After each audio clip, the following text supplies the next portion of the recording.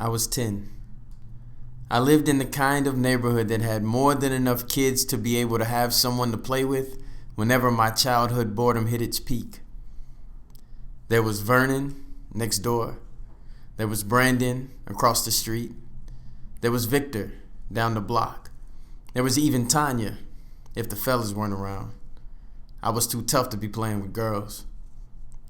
And on one particular day, after an intense hour-long session of playing Street Fighter on my Nintendo, I stepped outside, hands still aching, sun shining.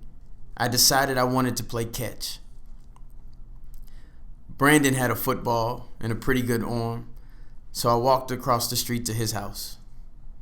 I knocked on the door. No answer. I stood in Brandon's yard, not sure what to do next. My plans hadn't quite reached beyond knocking on the door.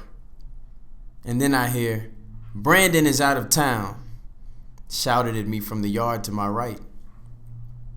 The voice was angry. It was threatening. It belonged to the big kid on the block. I can't actually remember his name, but I do remember the rage and the sharp stare he shot at me as he said, "Get out of Brandon's yard." I said, "No," because who was he?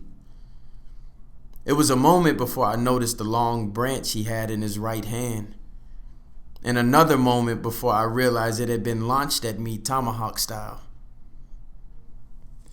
Then there was the sting of broken skin, and the sight of blood on my fingers just pressed to the side of my head.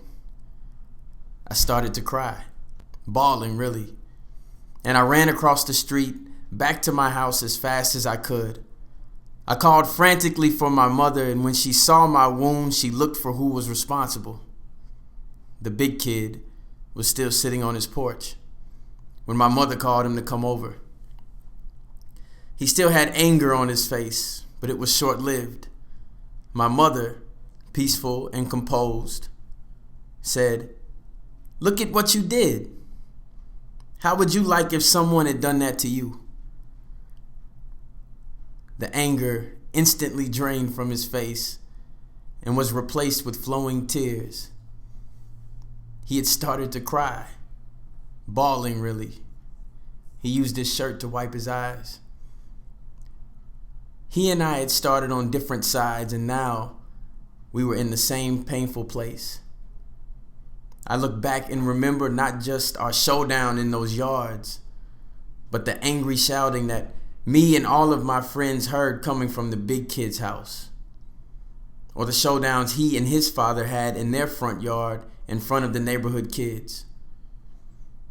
I was just 10 then.